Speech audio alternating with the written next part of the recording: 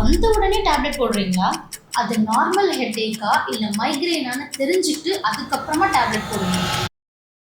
அப்போ மைக்ரேன் எப்படி தெரிஞ்சுக்கிறது டாக்டர்? மைக்ரேன்னா எப்போதுமே ஒரு சைடில் தான் தலைவலி ஸ்டார்ட் ஆகும். அது கொஞ்சம் கொஞ்சமாக சிவியர் ஆகும். சிவியர் ஆகி கண் வரைக்கும் வலிக்குமா டாக்டர்? கண்டிப்பாக வலிக்கும். சொல்லப்போனால் விஷன் பிளர் ஆகுறது, கண்ணில் லைட் ஃப்ளாஷஸ் ஆகுறது, பிளாக் ஸ்பாட்ஸ், இது எல்லாமே மைக்ரேனோட சிம்டம்ஸ் தான். டாக்டர், எனக்கு இருக்கிற எல்லாமே சொல்லிட்டீங்க. இதோட வேற ஏதாவது சிம்டம்ஸ் இருக்குமா? எஸ், எக்ஸ்ட்ரீம் கேசஸில் டயர்ட்னஸ், டிசினஸ் அண்ட் சின்ன விஷயத்தை கூட கான்சென்ட்ரேட் பண்ண முடியாமல் போகலாம். ஏன் டெய்லி ஆக்டிவிட்டிஸ் பண்ணுறதுக்கு கூட கஷ்டமாக ஃபீல் பண்ணுவாங்க. இது கூடவே லைட்ஸ் பார்த்தாலோ சவுண்ட் கேட்டாலோ இரிட்டேட் ஆகும்.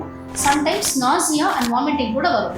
எனக்கும் வந்திருக்கு டாக்டர். இந்த சிம்டம்ஸ் ரிப்பீட்டடாக வந்தால் என்ன பண்ணலாம்? ஃபர்ஸ்ட், இதை நார்மல் ஹெட்டேக் தானே இக்னோர் பண்ணாதீங்க. Proper sleep, hydration and stress control பண்ணுறது ரொம்ப இம்பார்ட்டன்ட். நிறைய பேருக்கு ஹெட்டேக்குக்கும் மைக்ரேனுக்கும் இருக்கிற டிஃப்ரென்ஸ் தெரியாது.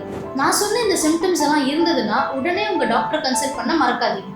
மைக்ரேன் ட்ரிகரை எப்படி அவாய்ட் பண்ணுறதுன்னு தெரிஞ்சுக்கணும்னா மைக்ரேன்னு கீழே கமெண்ட் பண்ணுங்க.